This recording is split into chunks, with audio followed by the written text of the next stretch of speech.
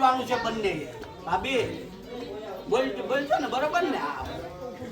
ત્રિશરણની બોલો, ત્રિશરણની પાવન સ્મૃતિ સાથે બેય બોલવાનું, એક પછી એક નહીં.